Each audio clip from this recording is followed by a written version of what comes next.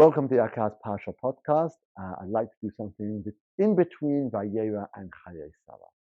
So many of us, due to these terrible times, all of us, I'd say, are in terrible suffering and pain. A lot of us feel very lonely and alone. We see so much brokenness in the world. We see so much brokenness in ourselves. It's difficult to do many things, and one of them, it's difficult to believe in goodness, and it's difficult to daven. And I think some of us feel bad about that too. We kind of feel broken about being broken. We shouldn't feel broken. I'd like to suggest to you that although these are horrendous circumstances and special circumstances, and they should never happen ever again, the actual feeling of looking at the world and seeing its brokenness is not a unique Jewish experience. And that we've been here before. And let me suggest to you that the Zohar has this issue. In fact, the issue that we might be feeling due to the horrific events, actually is a problem the Zohar has every day. Because the Zohar says there's a problem with saying Shema. Why do we cover our eyes when we say Shema Yisrael Hashem Elokeinu Hashem Echad?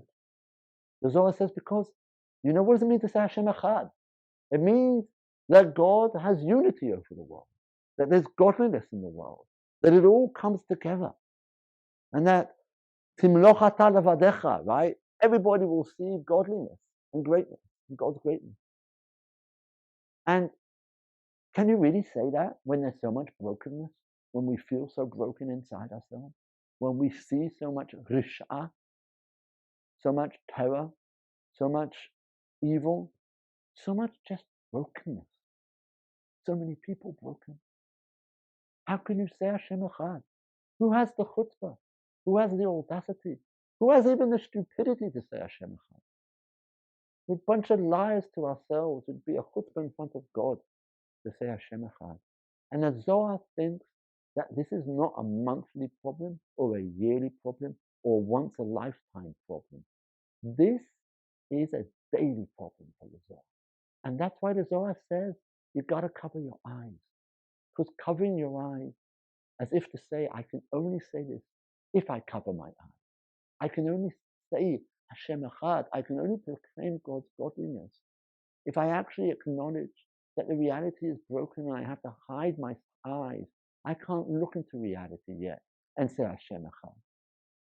Then I say Hashem Echad, but I only say it acknowledging the brokenness.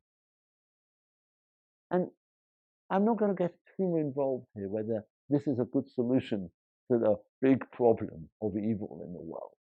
But what I want to share with you is that I personally feel encouraged when I see this piece of Zohar, because I feel that although each one of us must be alone in treading this path, in going forward in our lives, I don't need to feel lonely. I don't need to feel bad or broken about being broken, because this was the Zohar's problem and not just this month. This is the Zohar's problem every day. Because if you're a sensitive individual, and we all are, and you look into the world and you look to reality, then yes, you see a lot of goodness and lots of godliness, but you also see lots of brokenness. And it's hard to connect. And it's hard to bring it all together, to hold that, to hold the godliness and the brokenness and realize that they somehow are interconnected and all one. That's hard. That's the Zohar's challenge. We don't need to feel bad that we feel broken.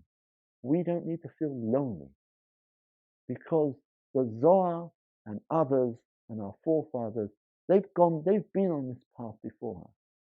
We have to tread it alone, each one of us and all together as Am Yisrael. How we walk this path will be different from them, but they've been here before. Shabbat Chayei.